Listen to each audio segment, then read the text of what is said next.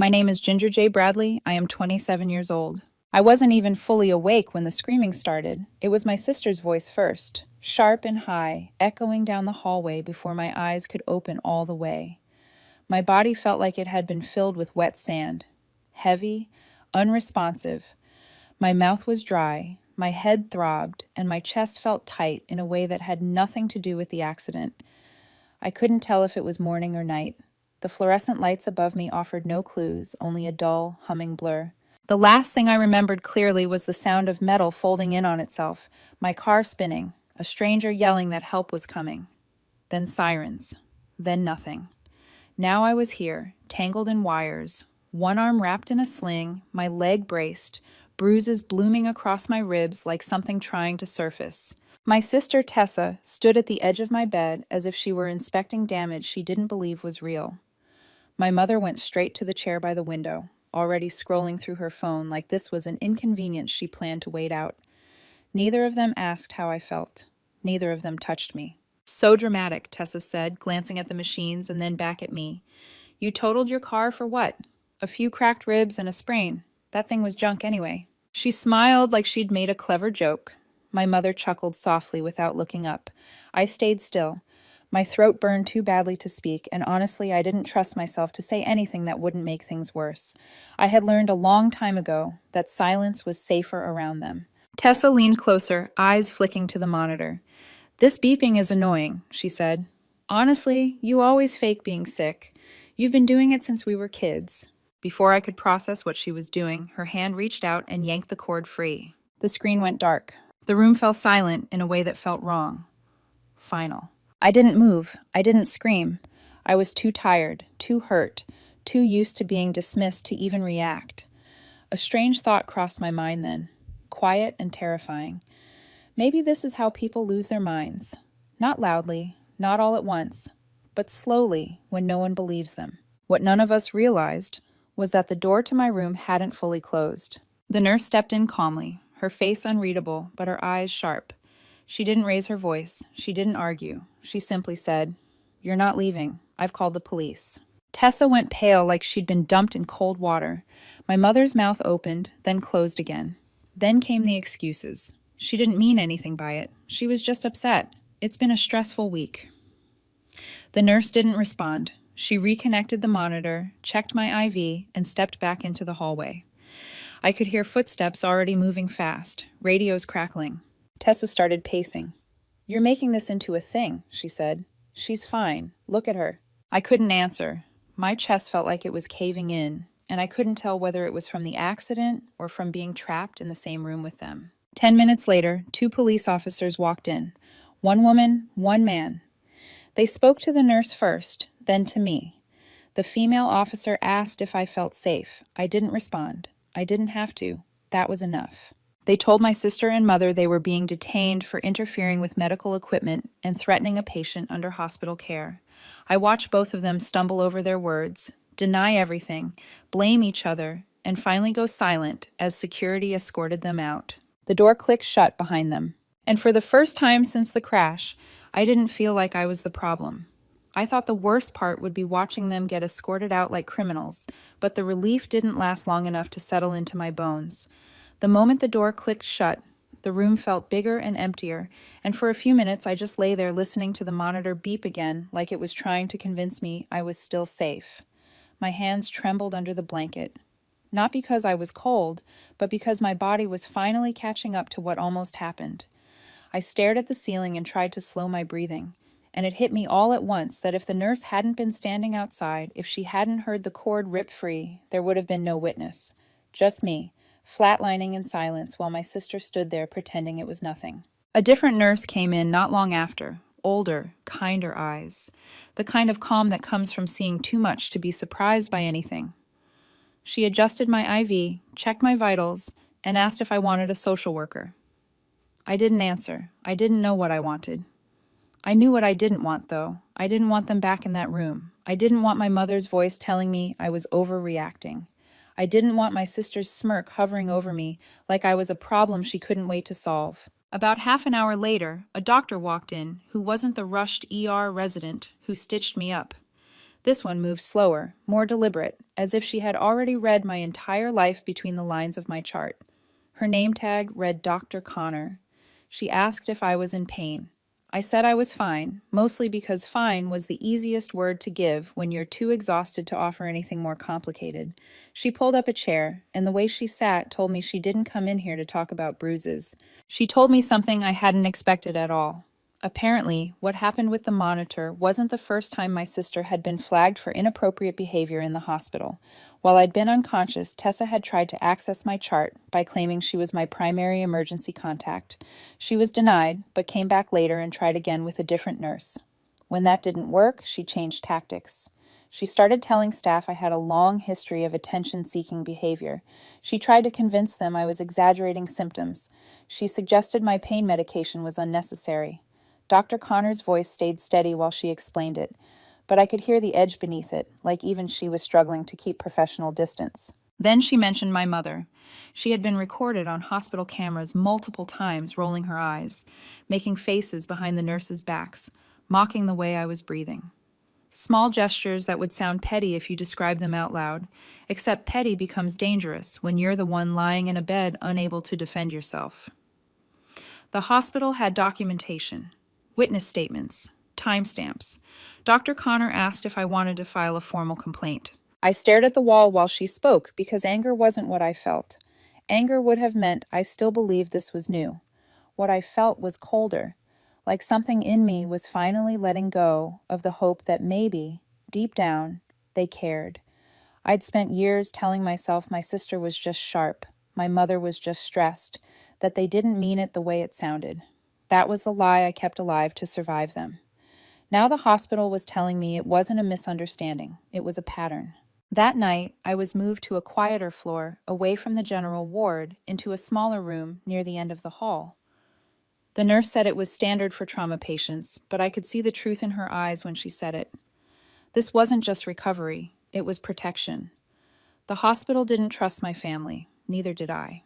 When my phone was finally returned to me the next morning, it was inside a plastic bag with my wallet and watch.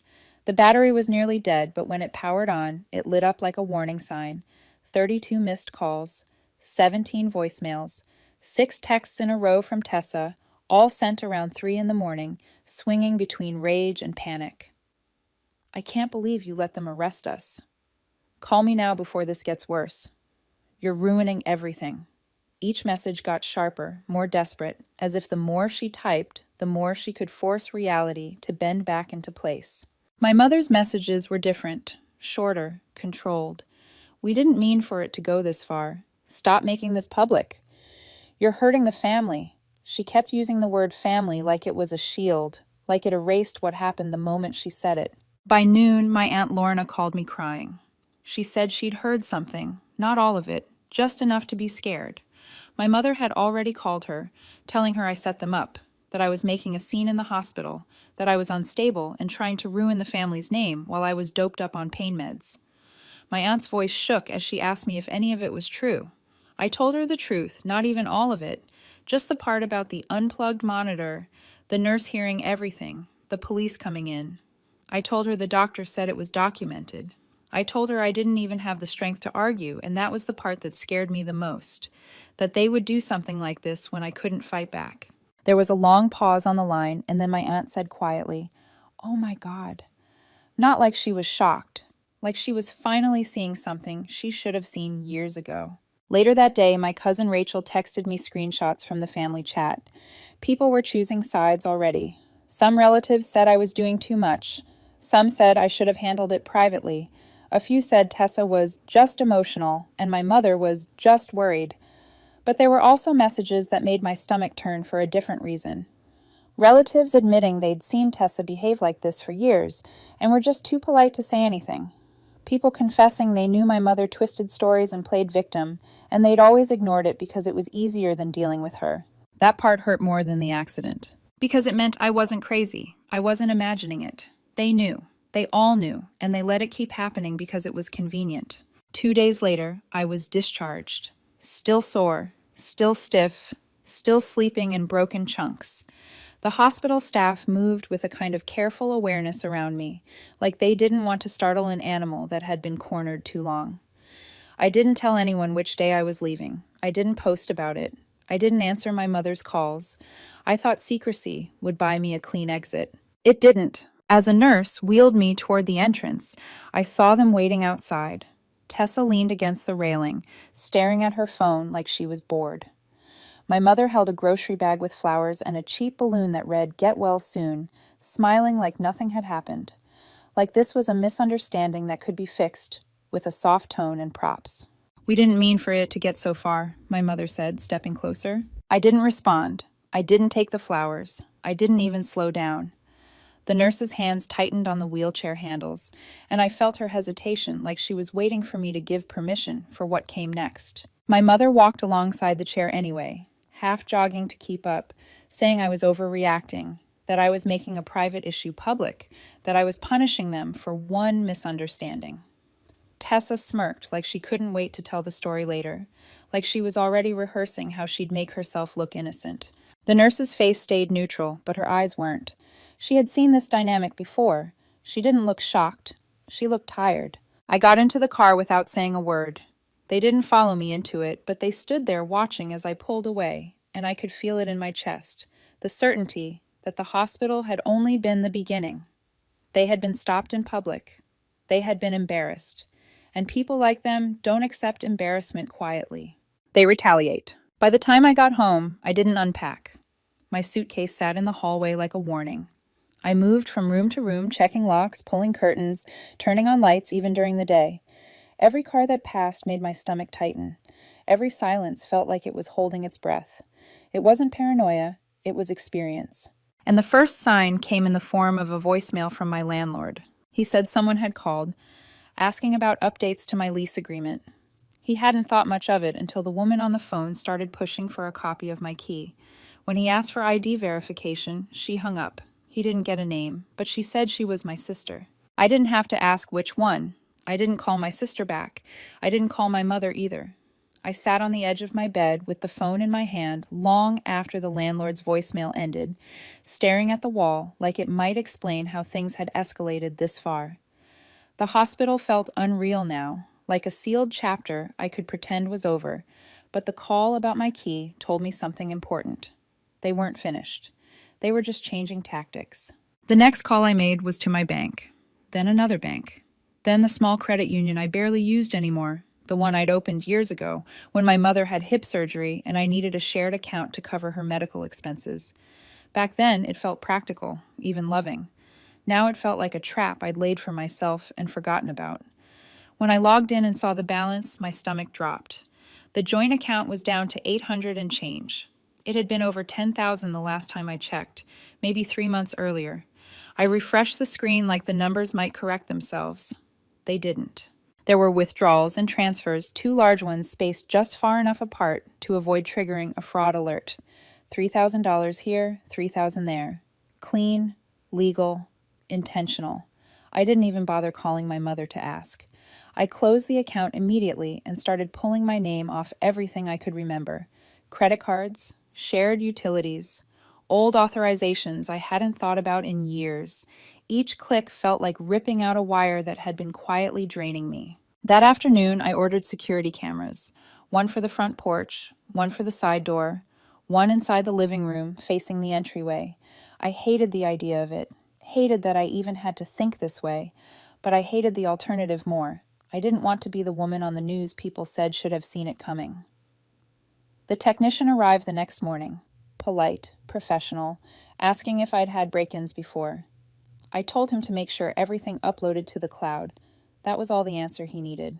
That night, I slept for more than 4 hours for the first time since the accident, the kind of heavy sleep that makes you forget where you are until the sound pulls you back. The bang came just after midnight. Not a knock. A dull, solid thud like a shoulder hitting the door. Then another. Then my name. I didn't move. I stayed crouched behind the couch with my phone in my hand, already dialing. I recognized the voices immediately. Tessa first, loud and sharp, demanding I open the door. My mother closed behind her, calmer, controlled, telling me not to make this worse, that we could talk like adults, that I owed them that much. I didn't answer. The operator told me to stay where I was, not to engage, to wait. Through the live feed on my phone, I watched Tessa pace on the porch. At one point, she picked up a brick from the edge of the garden bed and weighed it in her hand. My chest went tight in a way I couldn't breathe through. She didn't throw it right away. She just held it, like she was deciding how far she was willing to go. The police arrived faster than I expected. No sirens, just headlights washing over the driveway. An officer stepped between them and my door without asking many questions. He told them to leave. They tried to act casual, like they were just checking on me, but they backed away when he didn't budge. They didn't go far. They sat in a car across the street for almost an hour, watching my house like they were waiting for something to change. That's when I called my Uncle Alan and my Aunt Lorna. I told them everything this time. Not the softened version, not the careful one. I told them about the hospital, the bank account, the landlord, the brick in my sister's hand. They didn't hesitate. They drove over that night with overnight bags. Like this wasn't a question, like it was a decision already made. My aunt went straight to the kitchen and started making tea. My uncle checked the locks without saying a word and told me he'd stay up for a while. The next morning brought a new kind of violation. I walked into the kitchen and stopped cold. The cabinet door hung crooked from one hinge, every dish inside shattered across the floor. It wasn't an accident. The window above the sink was forced open just enough to let in a hand or a tool. My aunt swept in silence while my uncle examined the frame, his jaw set in a way I'd never seen before. While they worked, my phone buzzed with an email that made my hands go numb. Subject line, confirmation of beneficiary change. It was from my life insurance provider.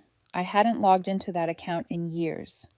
The email said a request had been submitted to remove me as the primary beneficiary and replace it with my mother. The change hadn't gone through because the digital signature didn't match, but the attempt alone was enough to make me feel sick. I showed my aunt first. She read it without speaking, then handed it to my uncle. When she finally looked back at me, she asked a question that landed heavier than anything else. Had I ever told them about the policy? I remembered a dinner from 2 years earlier, my mother making a comment about being prepared, Tessa joking that if I died, she hoped she'd get the car. They remembered. Of course they did. My uncle got on the phone with a lawyer he trusted before I could even process what that meant. When he handed me the phone, the questions came fast. Had I filed a police report? Did they have access to my finances? Were they listed as medical proxies? Did the hospital document the monitor incident? When I told him everything, there was a pause on the line, then a sentence that made my skin prickle. This wasn't just emotional abuse anymore. This was a pattern that looked dangerously close to something criminal. By the end of the day, every account I had was closed or moved. Locks were changed again. Extra bolts installed. My aunt texted relatives quietly, telling them not to share information if my mother or sister reached out. That night, my phone buzzed with another security alert. Motion detected at the front porch just after midnight. I opened the app and saw a man I didn't recognize standing just out of frame.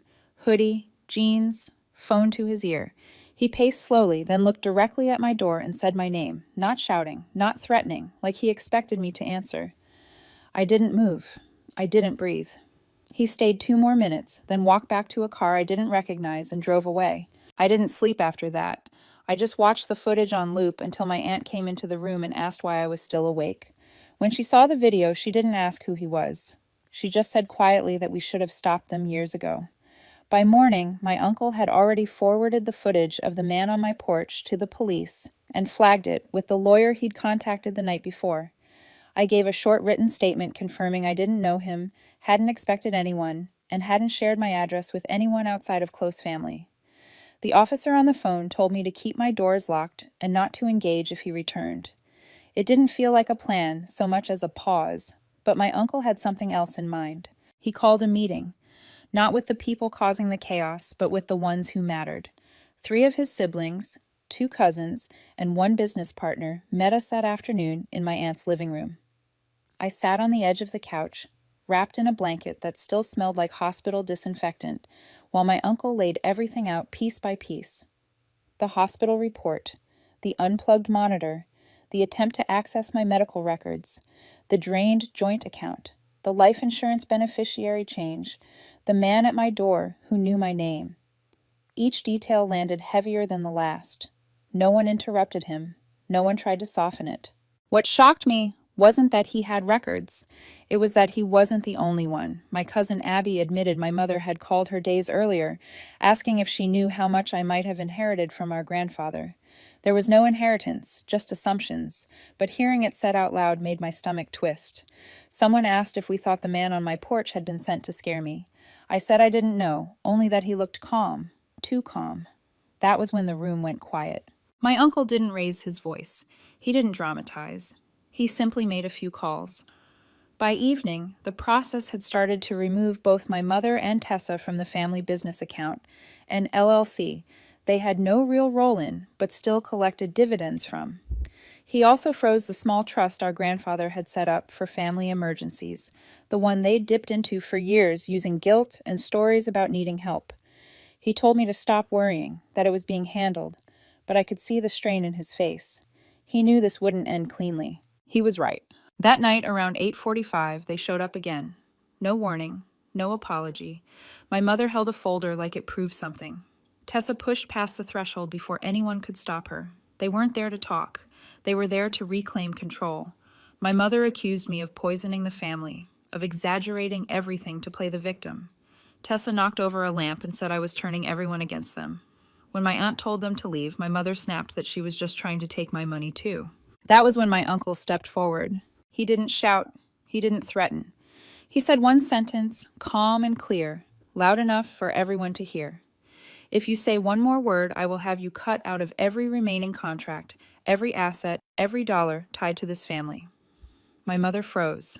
Tessa opened her mouth, then stopped when my uncle raised a finger and said, "No more. We're done protecting you from yourselves." He turned to me and asked a question no one had ever asked me before. "Do you want them here?" I said no. And for the first time in my life, someone listened. They were told to leave or the police would be called again. My aunt stood between me and the door until they backed out. No screaming, no tears, just two people realizing the one thing they valued most, access, was gone. That night, I slept on the couch while my aunt made tea and my uncle changed the locks again, even though they'd never had keys. I stared out the window for a long time, not because I expected them to return, but because I finally believed they might not. The fear didn't vanish overnight. Even after they were gone, even after the locks were changed and the house finally went quiet, my body stayed braced like something else was coming. Safety felt temporary, like a thin sheet stretched over something fragile. I slept, but lightly. Every sound outside made me open my eyes. Every vibration of my phone sent a jolt through me before I even looked at the screen. The next morning, while my aunt made coffee and my uncle checked in with the lawyer again, I did something I hadn't allowed myself to do before. I opened my laptop and started looking up apartments in other cities. Not nearby ones, not places my mother might accidentally pass through. Quiet cities, smaller ones, places where no one knew my last name and no one had expectations of me. I didn't tell anyone I was doing it. Not yet. Just scrolling felt like a form of breathing. By the end of the week, the restraining order paperwork was filed. The hospital documentation was attached. Police reports were cross-referenced. My lawyer explained it all in calm, careful language, but the meaning underneath was unmistakable. What happened to me wasn't just family drama. It was a documented pattern of interference, intimidation, and attempted control. Seeing it written that way made something inside me ache. Not because I wanted them punished, but because I finally understood how serious it had always been. A few days later, my uncle sat me down and asked a question I didn't expect. "Do you want to stay here?" he said, "or do you want to leave?" He didn't frame it like a test or a suggestion. He framed it like a choice I was allowed to make. I told him I wanted to leave. We didn't make a big announcement. There was no group message explaining anything. No social media post. No goodbye tour. Early one morning, before the sun was fully up, I packed one suitcase with the things I couldn't replace. Everything else was donated, sold, or left behind. My uncle drove ahead with a rented trailer, carrying a few pieces of secondhand furniture we bought quickly. My aunt followed in her car with blankets, snacks, and a thermos of coffee like we were going on a normal road trip. We weren't. It felt closer to an evacuation. The apartment was 2 hours away. Small, older, not charming, but it had working locks, quiet neighbors, and a layout that didn't echo with memories. That was enough. The first night, I sat on the floor with my back against the wall and listened to the building settle. No yelling, no footsteps outside my door, no voices saying my name like they owned it. I didn't sleep much at first. The silence was too clean, too unfamiliar. I kept my phone face down, waiting for something bad to happen. Nothing did. Days turned into weeks. I started going for short walks around the block, then longer ones. I bought a small table and 2 chairs from a thrift store. My uncle helped hang blackout curtains. My aunt filled my pantry like I was moving into a dorm room, labeling containers, and pretending not to notice when I got quiet. They visited often, but never pushed. They didn't ask me how I was healing. They didn't tell me what I should feel. They just showed up, and that alone felt like something I'd never had before. The restraining order held. No violations. No strange cars. No unknown numbers calling in the middle of the night. I heard nothing directly from my mother or my sister again. That didn't mean they disappeared. It just meant they stopped reaching me. I heard through my cousin Abby once, through a number I didn't recognize. She said, "You were right. I didn't want to see it before. I do now."